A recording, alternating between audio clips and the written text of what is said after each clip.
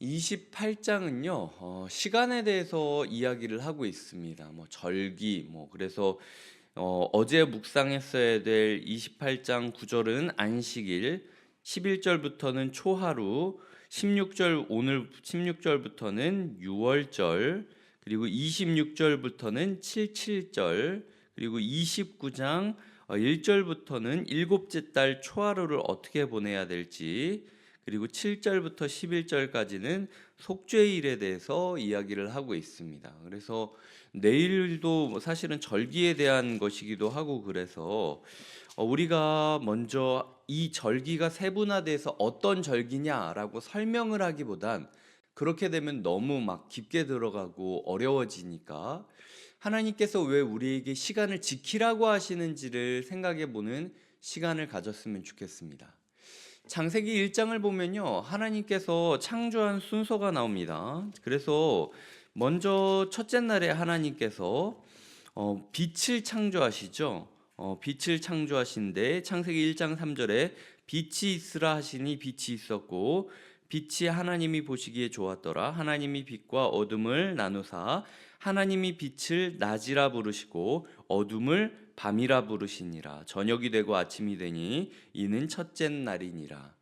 하나님께서 첫째 날 창조하셨던 것은요, 물리적인 빛도 있지만 시간의 구분도 있다라는 거죠.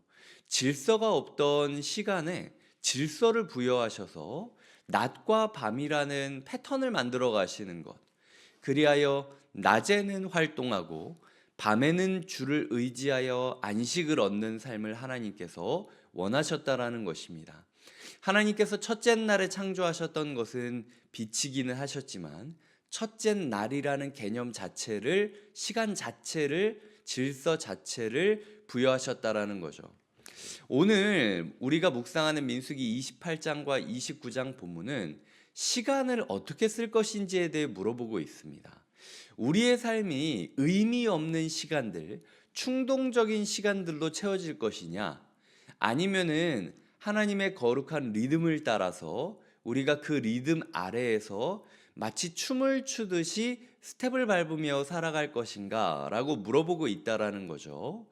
그래서 시간 구분이 어제부터 안식일에 대해서 이야기를 나누는 것부터 시작을 하고 우리의 시간을 어떤 패턴으로 세워야 되는지를 오늘 설명하고 있다라고 보시면 될 것 같습니다. 그래서 오늘 말씀을 묵상하실 때는 하나님이 내 시간을 이런 계절로 채워지기를 원하시는구나. 예를 들어 유월절, 우리를 위하여 돌아가신, 우리를 위하여 죽으신 예수 그리스도를 기억하는 삶의 리듬이 있어야겠다라는 생각.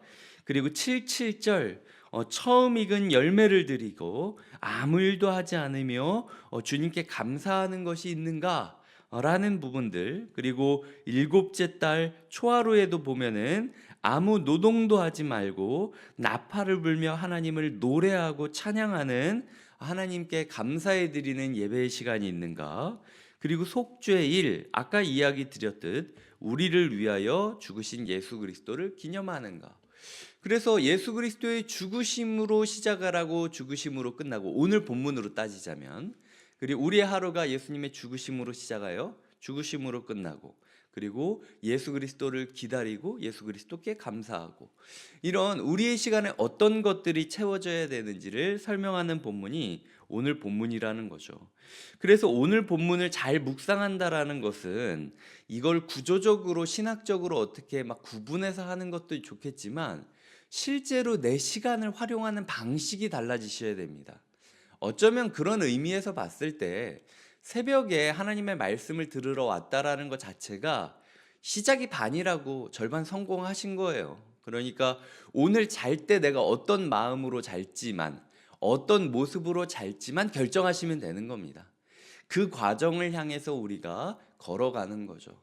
하루가 다 만족스럽지 않을지 몰라요. 하지만 순간 시작을 정하고 끝을 정하고, 그러다가 예를 들어 오전을 정하고 오후를 정하고 이런 식으로 조금씩 시간의 깃발을 꼽는 거죠. 마치 이스라엘이 1년의 절기를 꼽듯이 내 하루의 깃발을 이렇게 꽂으면서 살아간다면 아침에는 속죄에 대한 감사, 오후에는 하나님의 의탁, 뭐 이런 찬양, 뭐 이런 식으로 우리의 시간들이 점점 거룩해지는 것을 느끼게 될 거라는 겁니다. 처음부터 24시간을 완벽하게 꾸리려고 생각하지 마시고, 하나님께서도 그렇게 바라지는 않으셨어요. 내가 너를 그렇게 강제적으로 막 이렇게 쪼여서 끌고 가는 게 아니라 지점마다 네가 나를 묵상하면서 조금씩 너의 삶이 바뀌었으면 좋겠다, 이렇게 말씀하시는 거니까, 적어도 오늘 내가 새벽에 말씀을 묵상했으니 저녁에는 어떤 태도로 지내야겠다. 오늘 절기가 4가지 절기가 나왔다 하면 하루에 4번 정도 내가 어떻게 하루를 보내겠다라고 결심을 하고 실천하시기만 한다면 오늘 말씀은 충분히 잘 적용하시는 거라는 생각이 들어요. 그래서 우리의 시간이 조금씩 거룩해졌으면 좋겠고요. 그런 의미에서 이런 책이 있습니다. 제가 최근에 읽었던 책인데, 거룩의 등급이라는 책이 있어요. 이 책은 절대로 사지 않으시기를 제가 권합니다. 저 이거 제목 때문에 혹해서 샀다가 제가 이거 거의 1년 넘게 읽었거든요. 되게 어려운 책인데, 여튼 중요한 건 뭐냐면 하나님이 이스라엘 백성에게 명하신 모든 것들이 부정한 것에서 정결한 것으로 점점 계단을 올라가듯 스텝업 하듯이 점점 하나님께 가까이, 점점 하나님을 닮게 만드시는 과정이 광야의 과정이었다라는 거예요. 그래서 광야에 주셨던 명령들을 다 적으면서 먹는 것부터 시작해서 성막을 만드는 것 막 이렇게 따지면서 하나님께서 우리의 삶의 거룩을, 더 나은 거룩을 추구하게 만드셨다라고 이야기를 한다라는 거죠. 그런데 거기에 이런 이야기가 나옵니다. 하나님께서 시간에 대해서도 거룩을 추구하시는데, 이 저자는 시간에 대한 거룩은 가장 다루기 어려운 영역이다. 그럼에도 불구하고 문화나 제사적으로 전처 다른 가치들을 시간 단위, 특히 주별 및 연간 주기에 가치를 부여함으로써 시간을 구조화하고 패턴화했다. 그러니까 우리의 시간이 거룩해지는 것이 하나님이 원하시는 것이다 라고 이야기를 하는 거죠. 그래서 안식일을 보면은 반복적으로 숫자 7을 사용하는 특징을 보이는데, 안식일이 7일마다 지키는 거죠. 그리고 월도 뭐라고 이야기하냐면, 7번째 달은 가장 중요한 절기는 물론 가장 많은 절기들이 열렸고, 7번째 달의 초하루는 특별한 의식과 또 다른 희생들이 부여되었다. 이게 사실은 29장 1절부터 6절까지 초하루가 그냥 있었던 게 아니라 시간에 있어서 7번째 달을 특별한 달로 지내고 그 7번째 달의 초하루를 특별하게 지냈다라는 이야기로 이해하시면 된다라는 거죠.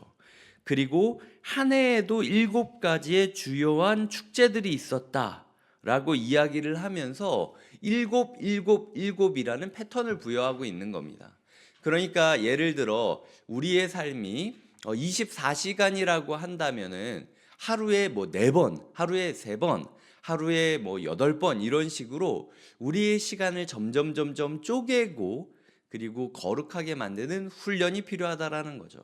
처음은 시작과 끝을 다루는 것부터, 그리고 그것이 나는 시작할 때도 아침에 일어나 하나님께 묵상하고 기도하고 하나님과 함께하는 것에 자유롭게 하고 있는 분이 있다면, 하루의 끝을 어떻게 디자인하실지 생각하셔야 되고, 시작과 끝이 됐다면 하루의 중심인 오후를 어떻게 할지를 정하셔야 되고, 그리고 시작과 끝과 중간이 된다면 그거를 또 반씩 나누고 또 반씩 나누고 이러다 보면요, 나중엔 24시간 전체가 하나님의 곡조에 따라 흘러가는 것을 느낄 수 있게 된다라는 이야기를 하고 있다라는 거죠. 그래서 가장 세속적일 수 있는 이 월요일, 왜냐하면 주일 예배를 마치고 이제는 일상의 고단함을 이기며 일상의 문제를 해결해야 되는 이 시간들이 가장 거룩한 시간으로 바뀔 때까지 우리가 함께 꿈을 꾸며 시간을 개척하는 하루를 보내시길 주님의 이름으로 축복드립니다. 기도하시겠습니다. 하나님 아버지, 오늘 우리가 긴 말씀들을 이렇게 요약하였습니다. 하나님께서 우리의 삶을 어떤 시간으로 보내기를 원하시는지를 보았고, 우리가 주님의 속죄하심, 주님의 우리를 위하여 대속하심을 감사할 뿐만 아니라 노래하며 그 대속의 영향력이 우리에게 임하기를 고대하며 오늘 하루를 이 사막에서 텐트를 치며 보내는 시간으로 가지게 하여 주시옵소서.